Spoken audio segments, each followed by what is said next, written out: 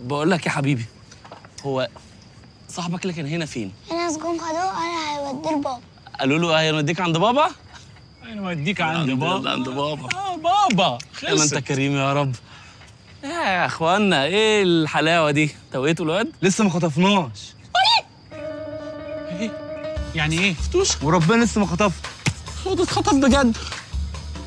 لا يبقى ودينا انا عند بابا بقى. ودينا انا عند بابا.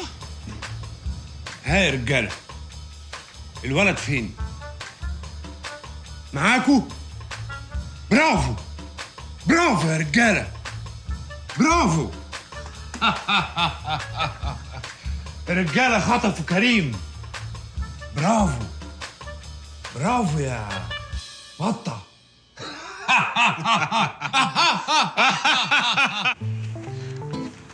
ابو احنا جايين دلوقتي للراجل ده نقول له ايه؟ احنا جايين نليسها يومين كده لحد ما نشوف هنتصرف ازاي في المصيبه السوداء اللي احنا فيها. يعني احنا جايين نليس. احنا دلوقتي جايين اهلا. شوف اهو الباشمهندس هدى بالصدفه اهو. ده ايه الفرصه الجميله دي؟ انتوا ساكنين قريب من هنا ولا ايه؟ احنا ساكنين في العماره اللي تحت الانشاء دي. طب وايه صحيح الموضوع اللي كان بينا بتاع ابني ده، احنا هننقذه امتى صحيح؟ هننقذه بس مش دلوقتي مش هينفع بقى. ليه؟ ما ينفعش تنقذ الطفل بدري. ليه؟ يقريف فاهم؟ لان يعني الطفل لازم ياخد كفايته من الخطف. عشان فيتامين ايه؟ انا ابن اختي انقذوه بدري ويا عيني وشه لسه مخطوف لحد دلوقتي.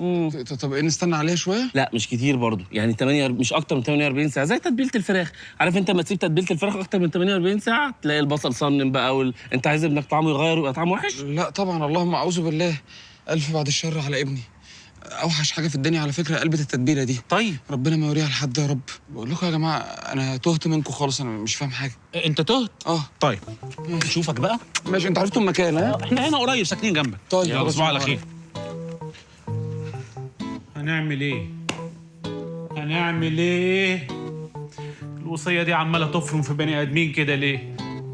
الواد زمانه دلوقتي بيتباع على النت وزمان يا ابني انت بتعمل ايه؟ ايه؟ ما تسيب الزفت اللي في ايدك ده وتركز في وصيتك. في ايه طيب؟ ركز في وصيتك بقى بدل ما تتفضح قدام ابن عمك وقدام قرايبك كلهم. بص يا سمسم، انا بفكر في تفكير محتاج جرأة ومحتاج شجاعة. حلو، فكر بقى في حاجة تانية غيره علشان انت عارفنا. يعني انا ما ينفعش اتسند عليك ابدا، ما تسترجل بقى، خلينا نخلص من الوصية دي. بص احنا هنحتاج طعم. حلو، اشرح بقى يعني ايه طعم، لان انا جاي في دماغي حاجات مش ظريفة، جاي في دماغي دود طري وعيش مبلول وحاجات كده، فانت اشرح. ما قلتش حاجة خالص. تعبان والله يا ابو. برضو؟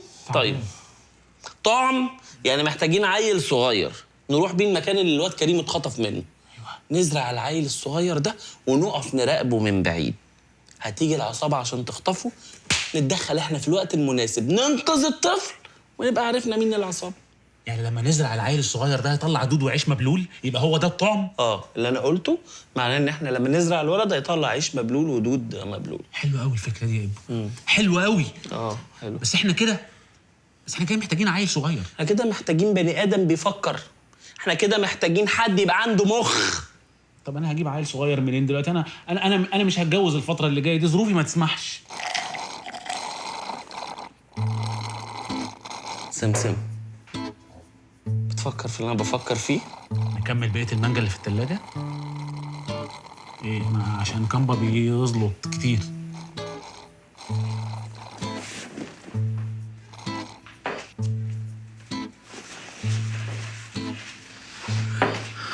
ازيك يا كبير؟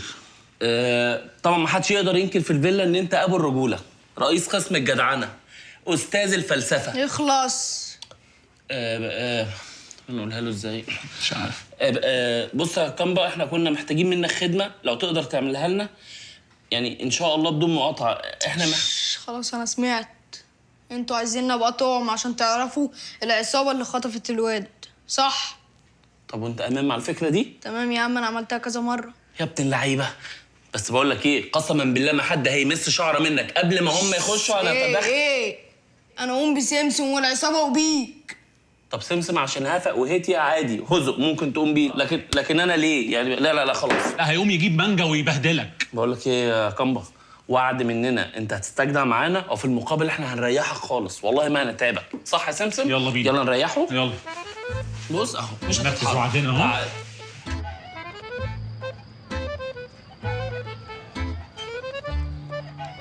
طب وبعدين يا سمسم؟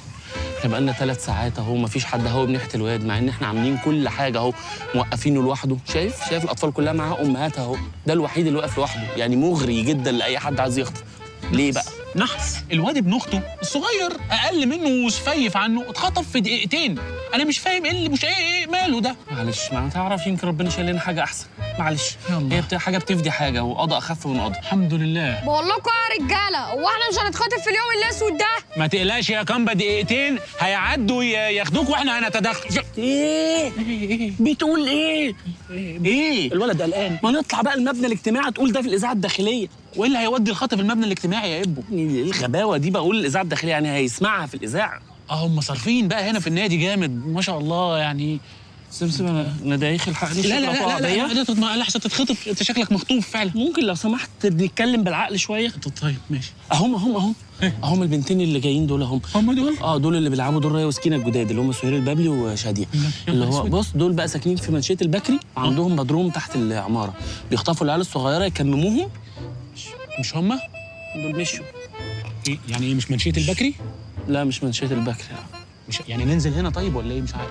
ننزل فين يا سمسم؟ قول يا ابني كلام يتعقل يا ابني. انا اصلي قلقان وجو خطف وكده بقى، ما تاخذنيش يعني. يا نهار اسود، هو ده فين؟ هو ده اللي جاي علينا.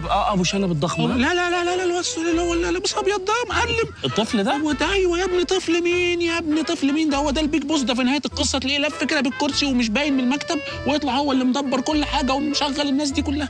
يا نهار اسود. هو الجيل الجديد يبقى اتوقع منه اي حاجه. ايوه يا ابني، بياخدوا الريموت وبيجيبوا كل الحاجات وبيشفروا قنوات وبيبهدلونا. بس يخطفوا عيال توصل يا حبيبي يا حبيبي، اللي يخطف الريموت يخطف اي حاجه في الدنيا. صح. عم الواد بيلعب على العقله ومتشعلق زي القرد اهو بتاع، مفيش حاجه. مش هو طبعا.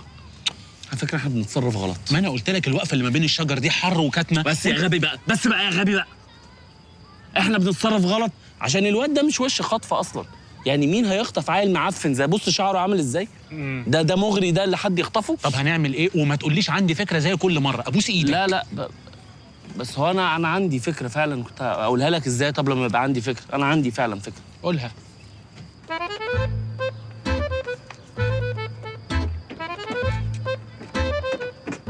وبعدين يا جماعه، ما طب نعمل ايه تاني؟ ما انا عملت كل اللي عليا، لبس ولبسناه ونضفناه، اكل واكلته.